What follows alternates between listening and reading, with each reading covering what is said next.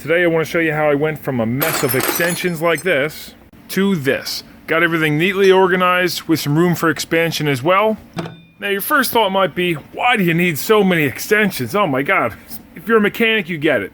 I've been a mechanic for 15 years and I've found that I can't have enough extensions. Of course you have your standard heads, locking heads, wobble heads, and then you got 1/2 inch, 3/8, and 1/4 inch.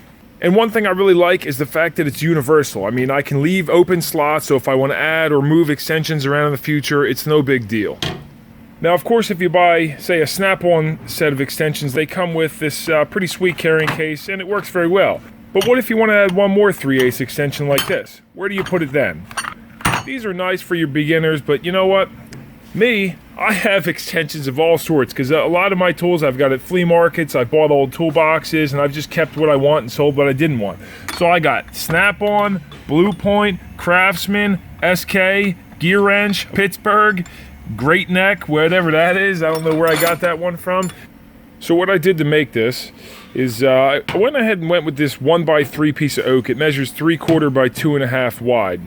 And the reason I'm using this is because it's easy to drill, and I actually had this oak laying around already in my wood collection.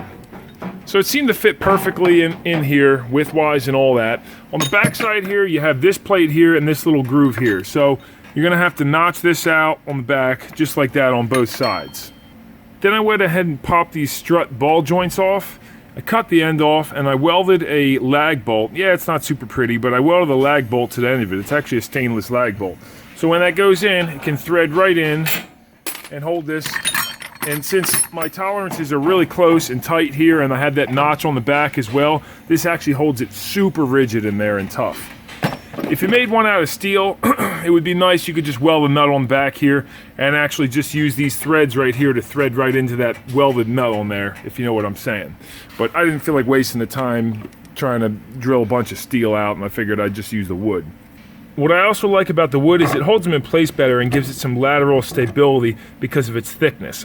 So you'll want to start with a piece of paper like this, tape 3 pieces together, cut it out for the board size you have, mark them out with a pencil, whatever, and then place this over your board and take a center punch each hole. When drilling these holes, I found it best to start with a pilot hole in the center so you get them just where you want, and then use step drill bits like these. Get them around the size you want, and then use the big drill bit to finish it off. Because it's easy to crack the wood when you're going in tight tolerances like this.